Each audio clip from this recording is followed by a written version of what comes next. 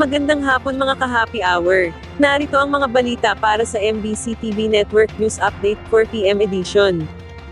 DOE iginiit na tali ang kamay sa presyo ng petrolyo oil deregulation law pinarerepaso.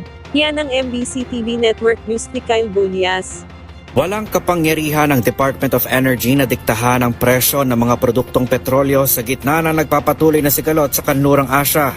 Ayon kay Secretary Sharon Garin, tali pa rin ang kanilang kamay dahil sa umiiral na oil deregulation law. Dahil dito, ang kaya lamang umano nilang gawin ay i-monitor ang presyohan nito sa world market. Ang presyo, hindi namin makokontrol. Kung palagay namin may abuso, kapapayan ng kaso or ng investigahan. Pero we cannot dictate them before nila i-impose. So yun po yung problema talaga ng sistema natin. Siguro, it's time to revisit the oil deregulation. Sabi ni Garin, makikipagpulong ito sa mga oil company para sa posibleng pag-uutay-utay ng oil price hike, lalo't inaasahang sisirit pa ang presyohan ng langis sa mga susunod na linggo.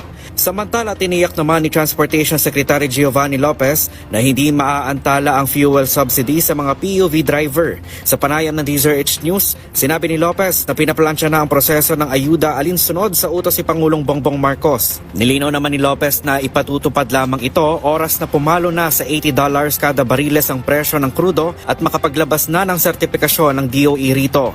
Mayroon aniyang nakalaan sa 2025 budget na 2.5 billion pesos para sa fuel subsidy kung saan ang mga benepisyaryo nito ay ang mga PUV drivers, taxi drivers, mga ride-hailing services at maging ang mga tricycle drivers sa pakikipagtulungan sa DILG. Paliwanag pa ni Lopez, hindi pa tiyak ang magiging halaga ng matatanggap ng mga benepisyaryo pero ito ay one-time fuel subsidy lamang.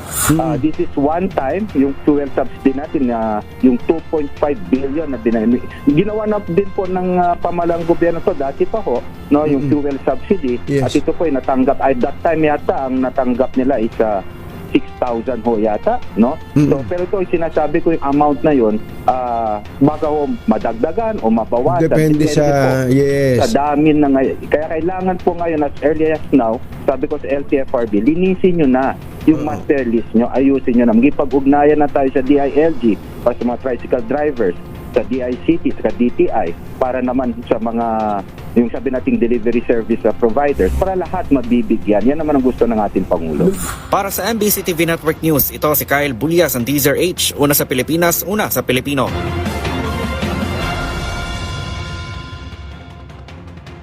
Samantala, BIR nagbabala sa kumakalat na peking tax payment reminder.